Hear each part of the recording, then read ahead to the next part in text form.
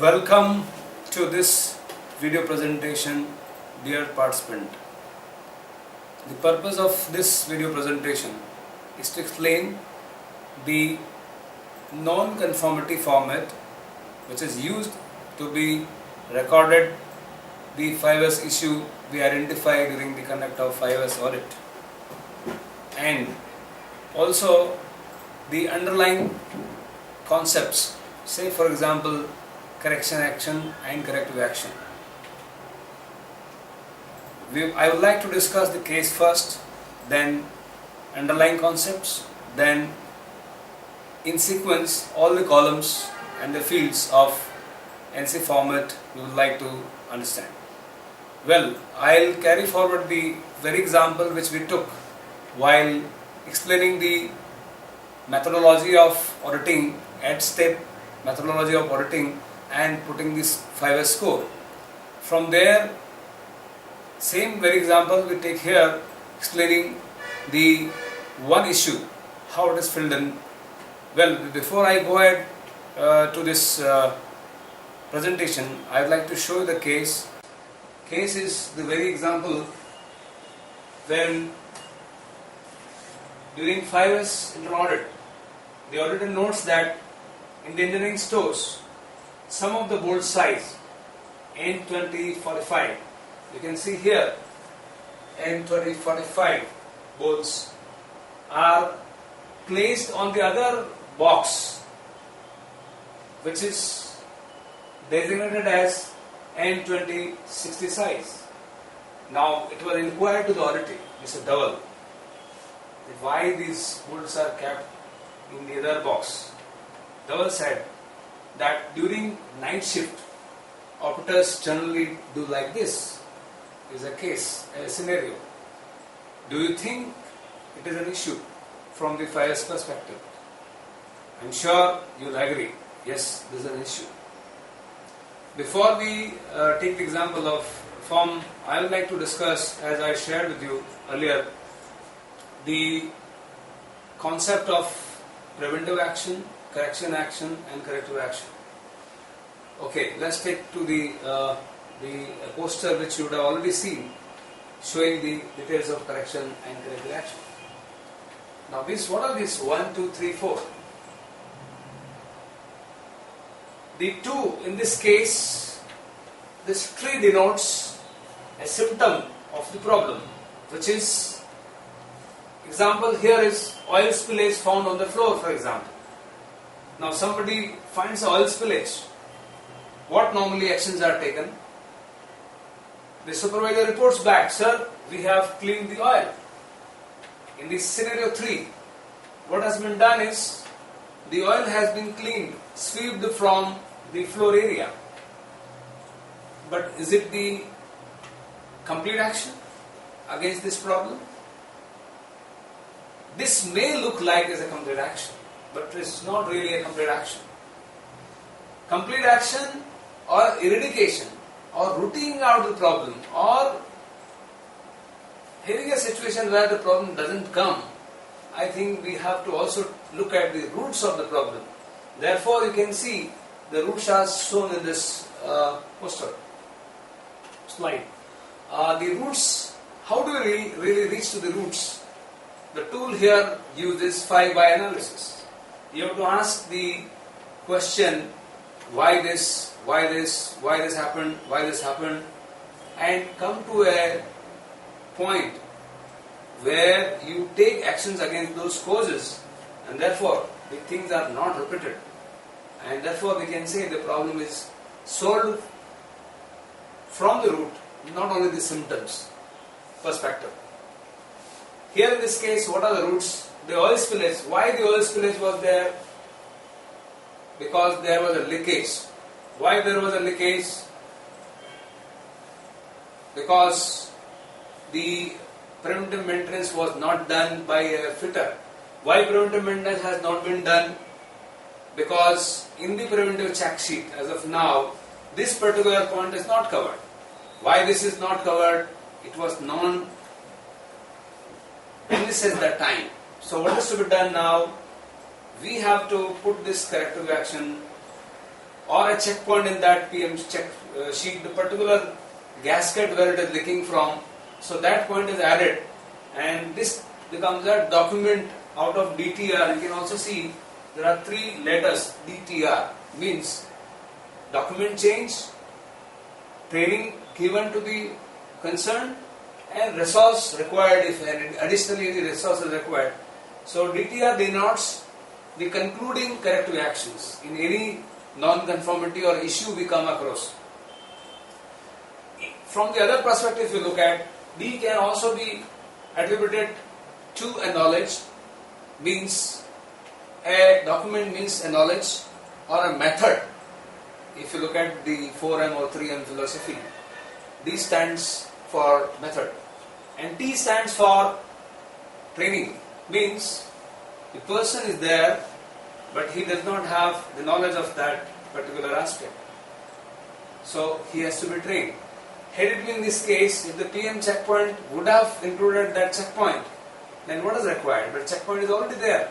The person is not doing, therefore a person has to be trained. So T stands for training. Now D is there, T is there, but resource is not there. For instance, this particular operator or fitter would not have a tool to open or a spanner number 10 to open and put it rightly. Then a resource is required. So when we look at the symptom, have YY analysis and come to a DTR action, which is normally a corrective action, and the corrective action addresses the root cause. The 4 scenarios is neither symptom nor the roots are seen, means the problem is solved. Now this is the corrective action. But now there is a question, what is the preventive action? The preventive action is the action which is taken before any mistake happens. What is the essence of this methodology is that we create a mental thought process, envisage those problems, and in this thought process only we do take the corrective actions or a correction action so that this problem does not come. Typically you would have heard in other domains, for example, FMEA, failure model effect analysis, is a preventive tool. A brainstorming can be a preventive tool. Of course, an experience can be a preventive tool, or a pre-training before something is done is a preventive action tool. So these are typical examples of preventive actions to be taken. And I'm sure this slide will very clearly give an example or understanding the correction action and the corrective action. So in short, the correction actions are taken against the detected non-conformity.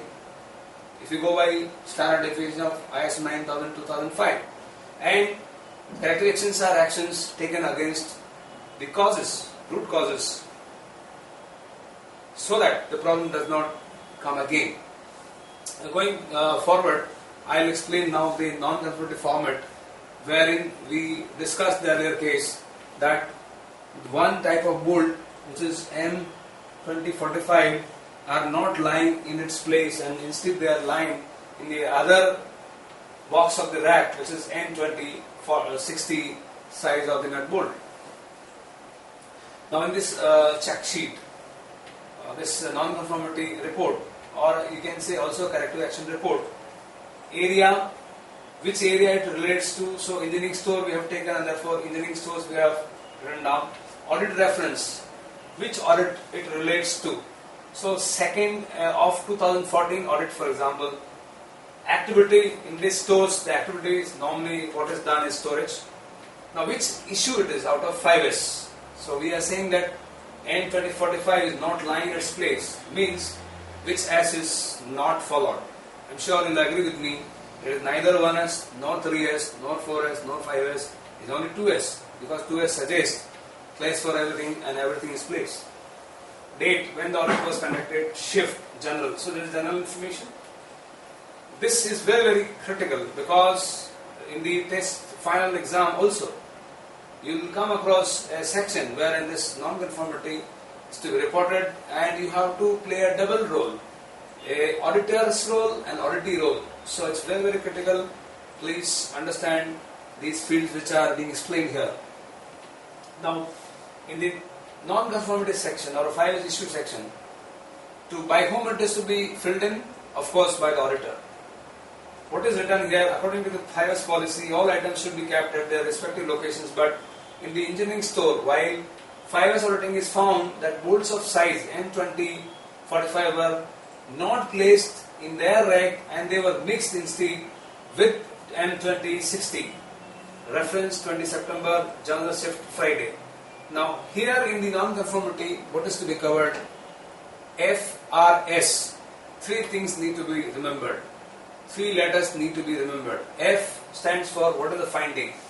Finding in simple words that things are not kept at its place. What? The bolt size M2045. R is requirement. What is the requirement? Which is a 2S. We say that place for everything, everything is place. S is the specific detail. In specific detail you have to cover the person involved, batch involved, product involved, location involved, place involved, a specific information which will, make your non-conformity uncheckable. Then there is no confusion if you write these specific details. So very important part, and I'm sure initially you may not bind all these things in one English sentence. So it is always recommended you can write FRS separately. Still it will be a complete non-conformity description. And non-conformity is unlike the strength and observation have to be very, very uncheckable. To make them uncheckable, the FRS, finding, requirement and specific details are very, very critical. Now here auditor name and auditee name and their signature is required because later on one should not say that it was not found in my area. So just to remove such confusions, the signatures are also taken off auditee and auditor. They have agreed on the issue identified. Going forward, what is the correction action? Now correction action is what? Against detected non-conformity. So segregate and shift the bolts of size to its respective location. That's obvious. And responsibility, of course, auditee and target date and when it was actually done. So normally the correction actions can speedily be done because you have to just address the symptom. But when you want to really attack or address the root causes, it might take some more longer time. Now in the root cause, we have to have a methodology of going deeper and finding the root cause. Now going deeper, the tool is 5Y analysis. Now we are trying to ask, now 5Y, it doesn't mean that always you have to have 5 Ys. Sometimes you get the answer in 3 Ys. What is the answer? How do you recognize that answer has come? The answer here is DTR. Does it indicate to any document change? Does it indicate to any training to be given to a person? Does it indicate to a resource requirement addition? So DTR will explain you the concluding part of coming to a corrective action. And more deeper you are, I think stronger the corrective actions, generally speaking. So first, in this case, we are asking why bolts were not found in this place. The answer is during night shift, operators do like this. In the night shift, they do like this. Why do they like this? The answer is they are in hurry. They do not know the benefit of PEEP, which is place for everything in everything's place, or a lack of proper visibility during the night shift may be a possibility. So what has been done or what can be done for these root causes? Against each root cause we need to take corrective action. Lack of awareness, if they are not aware, the operators or the people who are working in the night shift, those employees were trained on the 2S aspects. The lack of proper visibility, what can be done? We need to install a tube light, additional tube light, so that the things become more visible. So the action goes, one more tube light at the store to be installed in the engineering store, having the radium levels to be applied on the racks. So such solutions can be worked out against the resource. What is the next section, wherein we are trying to verify. Here, we sign it again, and then verification of correction and corrective action, both are to be signed. Not only the correction and corrective action, but also effectiveness of corrective action, whether it is continuing or not continuing. So in case of corrective action, what are we trying to look at? Training plan and test paper and feedback where the people were trained. And in the effectiveness of the corrective action, what are we looking at? That physically we interviewed those people and also verified the tube light was installed and verified that people are now not mixing is a part of effectiveness of corrective action taken. finally the auditor signs in the MR management representative, which is normally an integrating agency of all the systems including 5S. They sign it, and therefore this whole process of taking the issue to a solution, problem to a solution, is evidenced at the NC form or a issue form or a corrective action report, it can be called as. Well, I'm sure if you are implementing the Kaizen and 5S, this NC format will be quite similar to a Kaizen format. In the Kaizen format, again the issue, cause and action, and of course it becomes more visible in terms of before after place is there, and also a team which is included and what are benefits which are included. It is more comprehensive, but the core part is addressed in 5S, related to 5S only. Of course the Kaizen can be applied to any other domain or any other aspect, say for example productivity, quality, cost, delivery, safety and morale. Well, thank you very much for listening to this presentation. Thanks a lot.